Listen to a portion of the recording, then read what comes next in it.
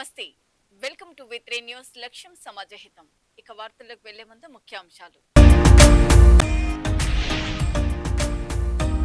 హైదరాబాద్ లో శిశు అమ్మకానికి యత్నం 5 లక్షలకు నవజాత శిశువును విక్రయించే ప్రయత్నం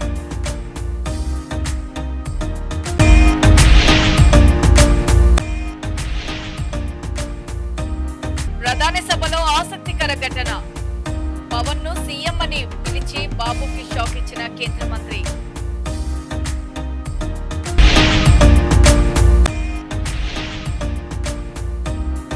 భోగాపురం ఎయిర్పోర్ట్ క్రెడిట్ జగన్ కే ఎమ్మెల్సీ దువ్వాడ శ్రీనివాస్ కీలక వ్యాఖ్యలు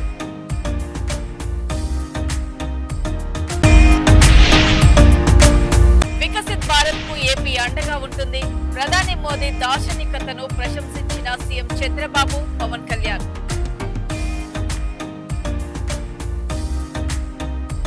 హైదరాబాద్ లో శిశు అక్రమ రవాణా వ్యవహారం వెలుగులోకి వచ్చింది. కేవలం 4 రోజుల వయసున్న ఆడ శిశువును 5 లక్షలకు విక్రయించేందుకు ప్రయత్నిస్తున్న ఘటనను బాలాపూర్ పోలీసులు భగ్నం చేశారు. సామాజిక కార్యకర్త సాఫియా మాహి అందించిన సమాచారంతో పోలీసులు రంగంలోకి దిగి ఆపరేషన్ నిర్వహించి పసికందును సురక్షితంగా రక్షించారు. ఈ కేసులో చంద్రయానగుట్టకు చెందిన వహీదా ఖాతూనును అదుపులోకి తీసుకొని అరెస్ట్ చేశారు. శిశువును సురక్షితంగా సంరక్షణలోకి తీసుకున్న పోలీసులు ఈ అక్రమ రవాణా వెనుక మరెవరైనా ఉన్నారా అనే కోణంలో దర్యాప్తు చేపట్టారు.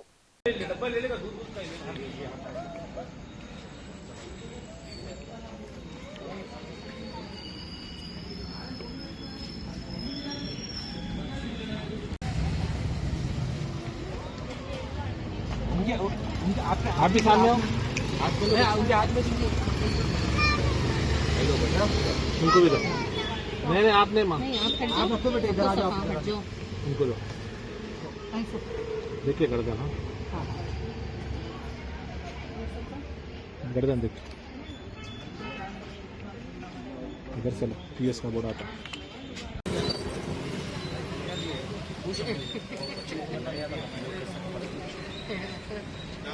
चक्कर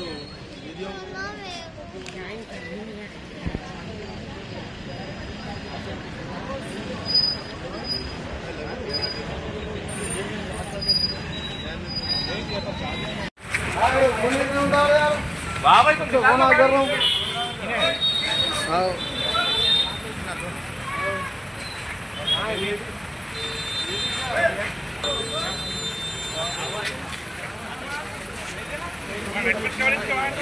భోగాపురం అంతర్జాతీయ విమానాశ్రయం ప్రారంభోత్సవ సభలో బీజేపీ ఎంపీ కేంద్ర మంత్రి భూపతిరాజు శ్రీనివాస వర్మ ప్రసంగం సందర్భంగా ఆసక్తికర ఘటన చోటు చేసుకుంది.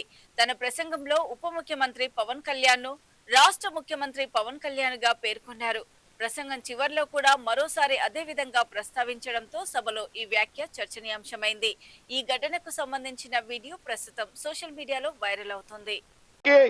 రాష్ట్ర ముఖ్యమంత్రి శ్రీ పవన్ కళ్యాణ్ గారికి కేంద్ర పౌర విమానయాన శాఖ మంత్రి రాష్ట్రంలో ముఖ్యమంత్రి పవన్ కళ్యాణ్ గారు ఉప ముఖ్యమంత్రి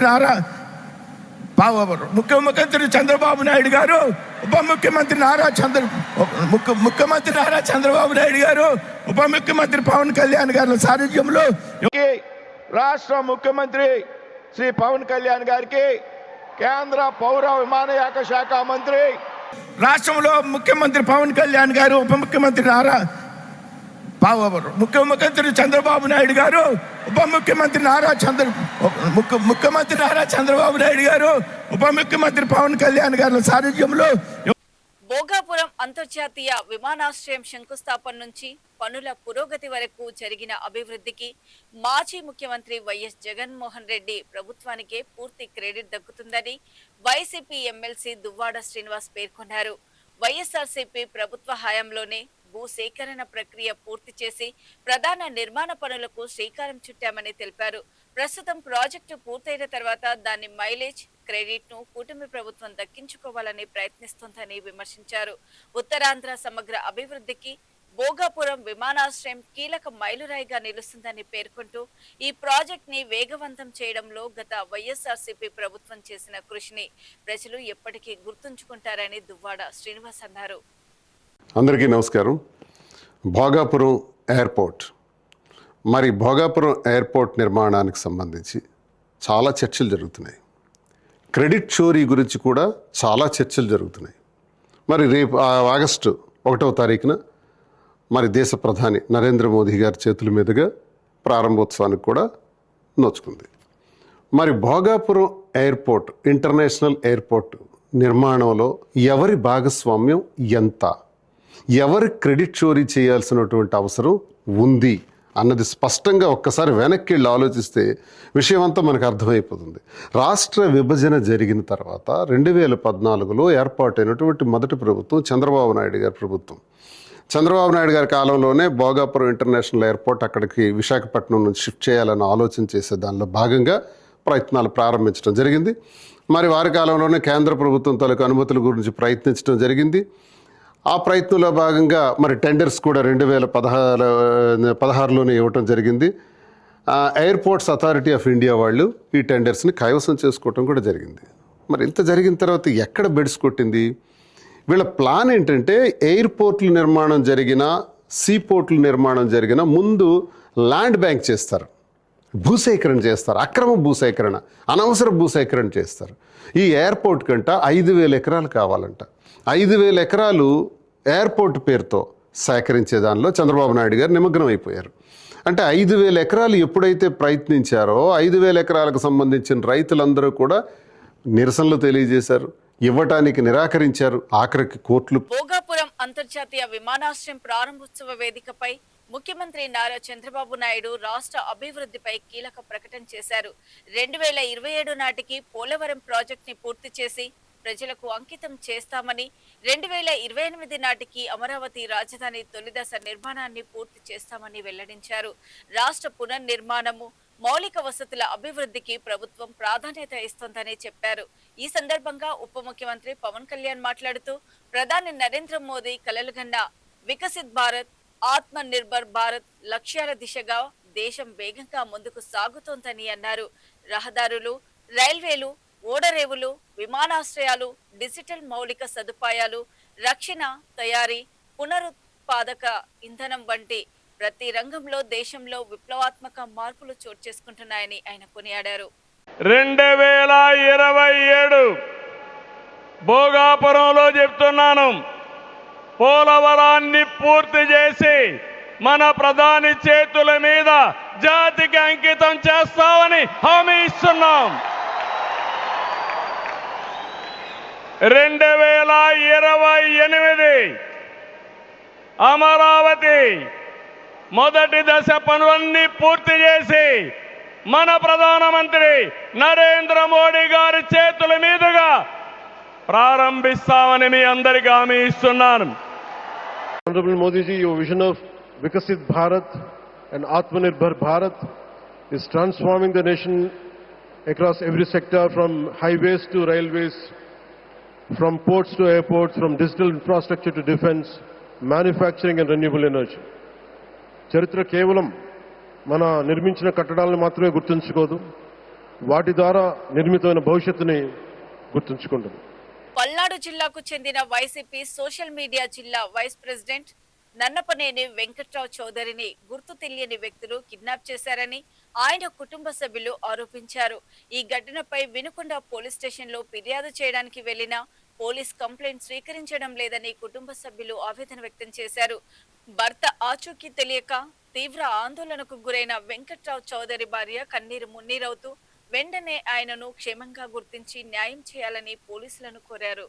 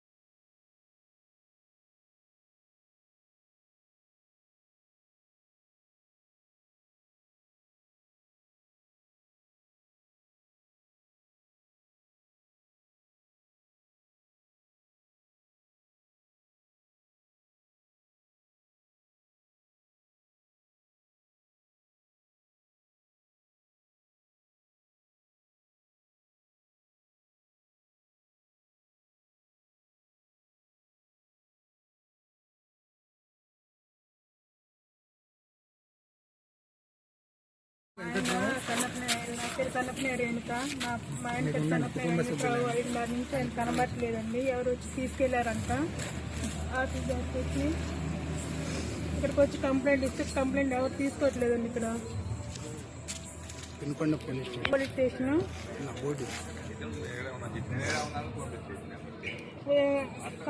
కాల్ కట్ అవుతుంది. ఎవరు కార్లో వచ్చి తీసుకెళ్ళినట్టుగా చెప్పారు మాకు. అక్కడ మా ఆఫీస్ దగ్గరకు వచ్చి తీసుకెళ్లారంట మా వారిని. ఇక్కడికి వచ్చి అడిగితే వీళ్ళు ఏం చెప్పట్లేదు, మాకు కంప్లైంట్ కూడా తీసుకోవట్లేదు. మాది వీళ్ళు పోలీస్ స్టేషన్లో మా ఆయన కనబట్టలేదని కంప్లైంట్ చేస్తుంటే తీసుకోవడం లేదు. వీళ్ళు లేరా అని అడుగుతుంటే ఏ సంగతి తెలియదమ్మా మాకు అంటున్నారండి వీళ్ళు. నందమూరి లక్ష్మీ పార్వతి టీడీపీ అధినేత చంద్రబాబు నాయుడు సతీమణి నారా భువనేశ్వరిపై తీవ్ర వ్యాఖ్యలు చేశారు. భువనేశ్వరి మాట్లాడుతున్నవన్నీ పచ్చి అబద్ధాలని ఆరోపించిన ఆమె రాజకీయ ప్రయోజనాల కోసం ఆమె వ్యక్తిత్వాన్ని, పేరును వారి కుటుంబ సభ్యులే ఉపయోగించుకున్నారని విమర్శించారు. శాసనసభలో తనను అవమానించారన్న వ్యాఖ్యలను నిరూపించాలని సవాల్ విసిరారు. ప్రస్తుతం అధికారంలో మీ ప్రభుత్వమే ఉన్నందున అసెంబ్లీ రికార్డులను బయటపెడితే అసలు నిజం ప్రజలకు తెలుస్తుందన్నారు. సానుభూతి కోసం ఇలాంటి ప్రచారం చేస్తున్నారని ఆరోపించిన లక్ష్మీ పార్వతి చంద్రబాబు నాయుడు, నారా లోకేష్ రాజకీయ ప్రయోజనాల కోసం భువనేశ్వరిని ఉపయోగించుకున్నారని విమర్శించారు. నిజంగా నువ్వు బాధపడుతున్నావే, నిన్నేదో అన్నారు, నన్నేదో అన్నారని వైఎస్ఆర్ కాంగ్రెస్ పార్టీ వాళ్ళు ఒక్కళ్ళు కూడా మాట్లాడలేదు మీ గురించి ఏనాడు కూడా. కానీ మీ భర్త, మీ కొడుకు ఏం చేస్తున్నారమ్మా? ఇంతెందుకు?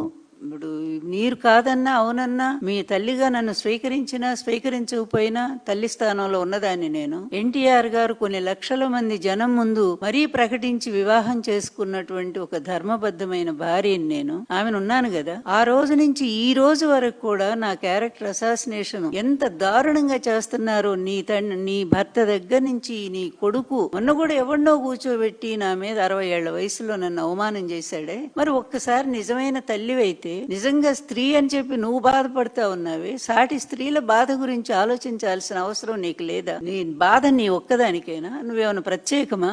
మేమంతా స్త్రీలం కాదా? మేమంతా కూడా పెద్ద కుటుంబాల్లో ఉన్నవాళ్ళం కాదా? మేమంతా ధర్మ మార్గంలో నడిచేవాళ్ళం కాదా? ఈ విధంగా ఇష్టం వచ్చినట్టుగా నన్ను మాట్లాడి అసహ్యకరమైనటువంటి భాషతో ఇప్పటికి కూడా ట్రోల్ చేస్తానే ఉన్నారు. ఐటీడీపీ ద్వారా అతి దారుణంగా చేస్తానే ఉన్నారే. మరి ఒక్క రోజన్న ఇది తప్పు అని చెప్పి వాళ్ళకు నువ్వు చెప్పావమ్మా? ఇంతెందుకు? రాష్ట్రంలో మహిళల మీద జరుగుతున్న అన్యాయాలు, అతి దారుణమైన అన్యాయాలు, ఈ తెలుగుదేశం పార్టీ, అందులో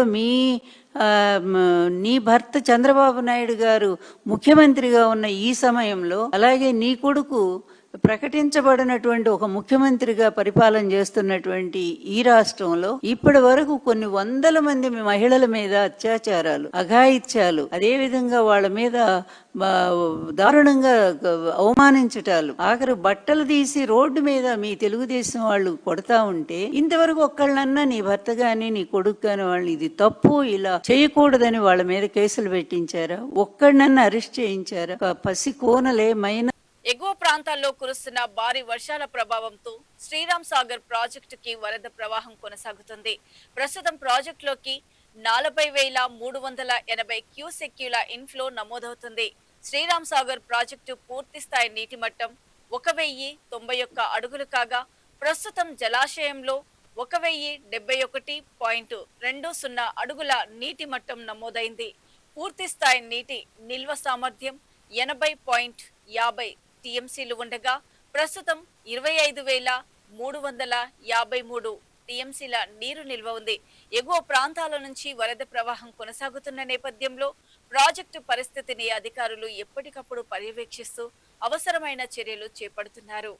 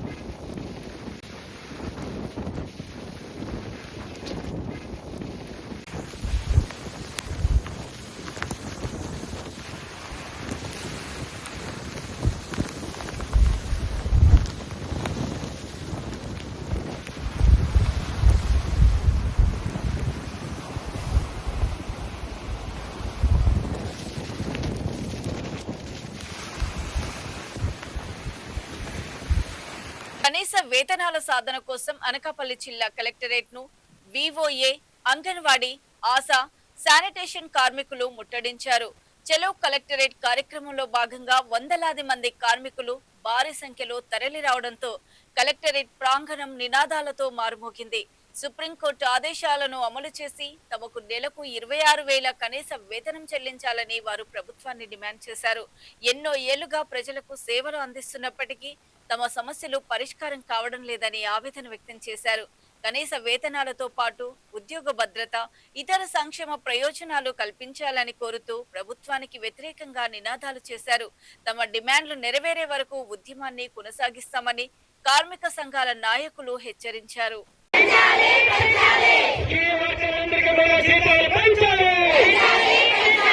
చంద్రబాబు గారు జీతాలు పెంచే వరకు కూటమి ప్రభుత్వం ఇచ్చిన హామీలు అమలు చేయాలి. కూటమి ప్రభుత్వం ఇచ్చిన హామీలు అమలు చేయాలి. జిందాబాద్.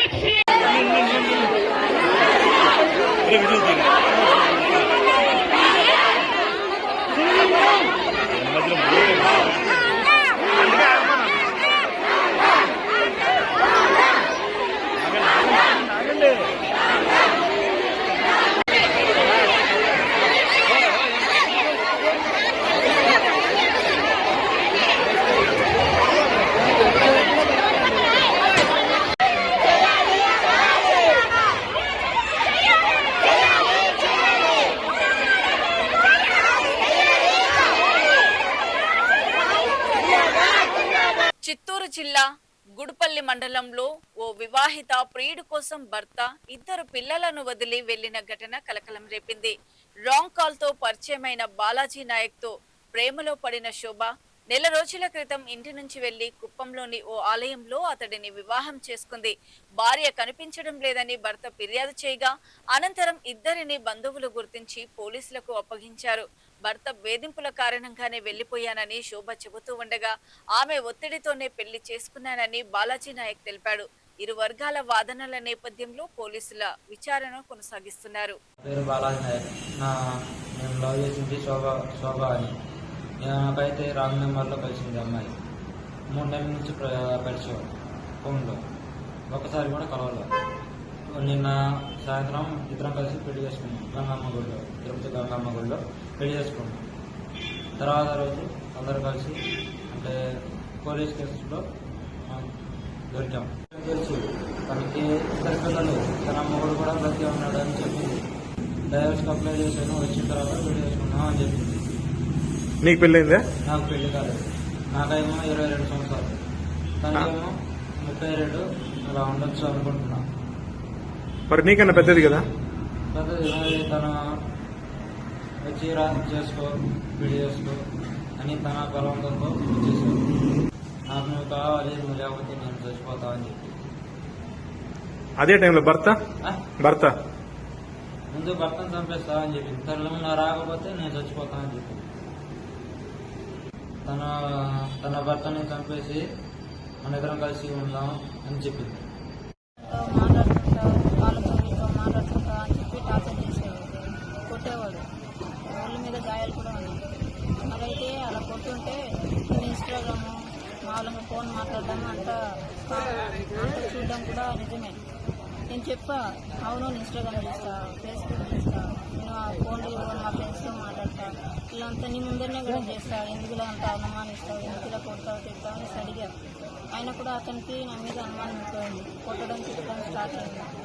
మరైతే ఇన్స్టాగ్రామ్లో ఒక అబ్బాయి పరిచయం అయితే ఇంకా ఇతను ఇలా చేయడం నిజమే కదా అని చెప్పి ఆ అబ్బాయితో వచ్చేసి అతన్ని బయటకు వినుకొండ దగ్గర కంట్రీ అంటే జస్ట్ క్యాజువల్గా దెబ్బలు నన్ను కొట్టాడు కదా, ఎందుకు ఇలా నిన్ను ఇలా చంపే బదులు అతన్ని ఎవరైనా చేస్తే అలాగే నొప్పి వస్తుంది కదా అనేసి క్యాజువల్గా మాట్లాడుతున్నాం అంతే. అలా చేసే వాళ్ళమైతే ఎందుకు కాలు కట్టించుకుంటాం? ఏమని చెప్పినారు క్యాజువల్గా? అతన్ని చంపేసి గాయాలు తీశారు కదా, గాయాలు తీస్తే అతన్ని చంపేసి జైలుకి వెళ్తామని. మరైతే నేను అలా ఎందుకు చేయడం, అది నిజం చేస్తావా అబద్ధం చేస్తావా అని అడిగా అంతే. తర్వాత అదేం వద్దు కానీ మనిద్దరం పెళ్లి చేసుకున్నాం మెల్లగా టార్చర్ ఉంది కదా ఆయన ఎప్పుడు నేను కొట్టేవాడు తిట్టేవాడు నా వల్ల కదా నేను బాగా చేసుకుంటా పెళ్లి చేసుకుంటా అని చెప్పి కుప్పంలో అమ్మవారి టెంపుల్ దగ్గర తాళి కట్టేసాడు. ఇవి ఇప్పటి వరకు ఉన్నటువంటి బులెటిన్ అప్డేట్స్. హైదరాబాద్ లో శిశువు అమ్మకానికి యత్నం. 5 లక్షలకు నవజాత శిశువును విక్రయించే ప్రయత్నం.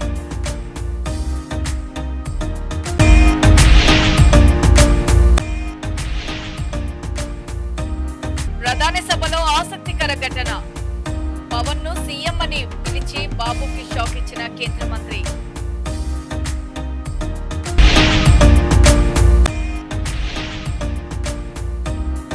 భోగాపురం ఎయిర్పోర్ట్ క్రెడిట్ జగన్ కే. ఎమ్మెల్సీ దువ్వాడ శ్రీనివాస్ కీలక వ్యాఖ్యలు.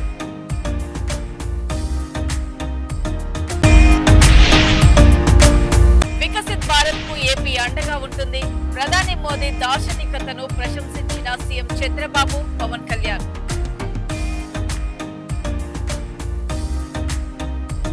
మరో బులెటిన్ లో మళ్ళీ కలుసుకుందాం.